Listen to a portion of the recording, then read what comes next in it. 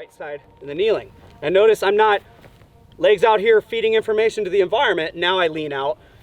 I'm trying to mitigate as much information by increasing my offset from that piece of cover concealment, driving that leg in line so that if Big Jake was to try to come over and not see me, he's not bumping me out of cover. Back off, back off, back off.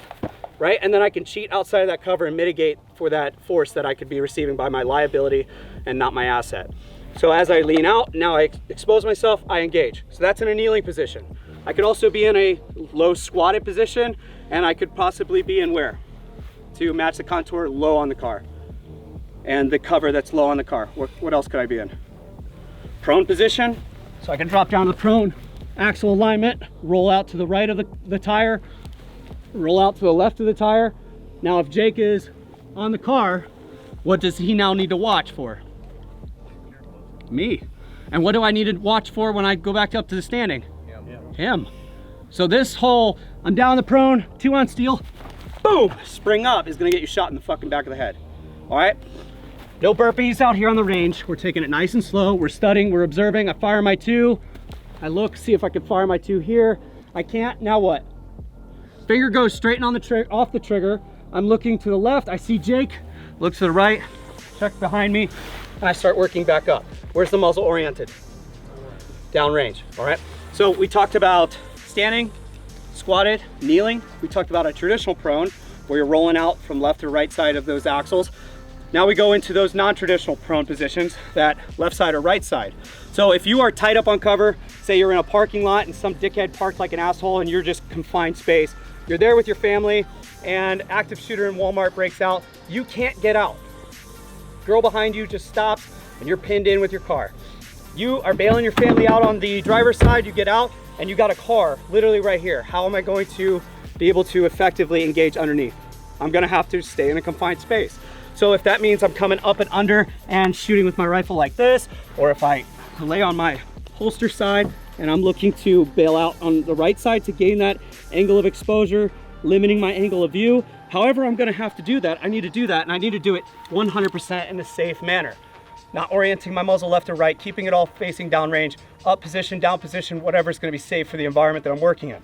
If we're offset of that vehicle, because I have the ability to, I'm gonna wanna take advantage of it, I'm aligning myself with the axle to the target that I can see through that tint. I'm then going to work down into that position. Support side hand comes off the gun and now braces the ground. I'm now going to work down, and where's the muzzle still pointed? Downrange. I can now roll under and I can see that target right underneath the car. Make sure you're not angling the gun like this. Why? Ejection going the ground. Well, that doesn't really affect anything, but where could I now impact? Because of what? Mechanical offset. Rifles are a big one on that one. So make sure it's laterally planed and you're not favoring just left of the tire.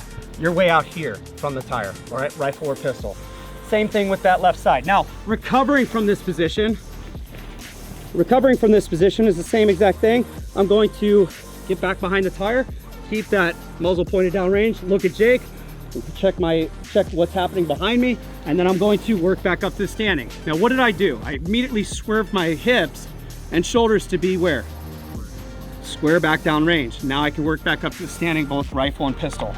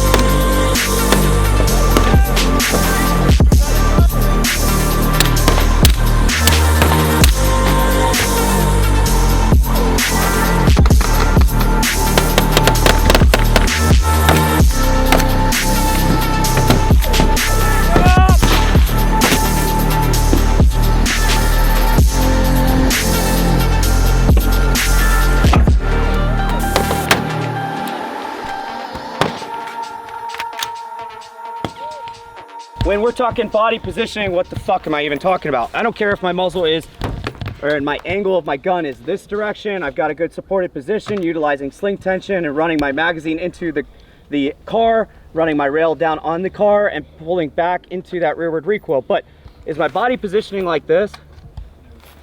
Is it like this? No, my body position is what? Loaded up into the car. Are my feet offset or are they like a bipod? And do bipods do this?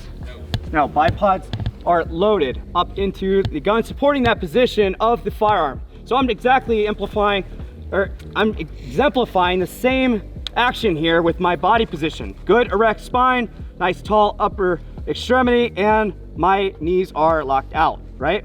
My knees are locked out for the only reason of felt recoil. Watch the difference between these 2 rounds and how the gun doesn't move at all in comparison to these 2 rounds. Watch my body position.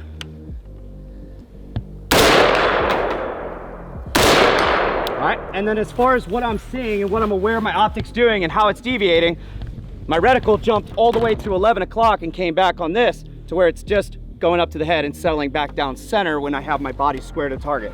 So same exact thing when I'm here and I'm lower. So now I'm lower, what's my body position? Straight behind the gun and locked out. Watch the felt recoil, watch how it impacts the movement in my gun. And then now I'm gonna be aware of what it's actually doing in my optic. All right, 2 fast hits, and is my body moving and shifting? And my sights are resetting in a very consistent manner, so I'm able to predict that they're gonna jump from 12 and drop right back down in 6, so I can run those 1/4 second splits. As soon as I do something like this, what's the difference? Off target, and now I'm about 6 feet up into the left-hand side. I have to now drive the sight back and fire again. And you guys feel a lot more, see more movement that way. All right, so I'm locking these legs out. Again, hand goes through the sling, and now I'm building sling tension behind my back, and I'm locking the that posture, good erect posture, into that gun, making sure that I'm doing as best as I can to mitigate that recoil so I can get those sights reset back down on target in a much more efficient manner.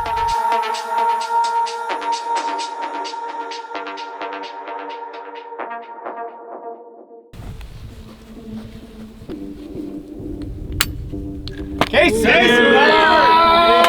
That's a case of beer right there, bro! Got it on film too! God dang it, you would.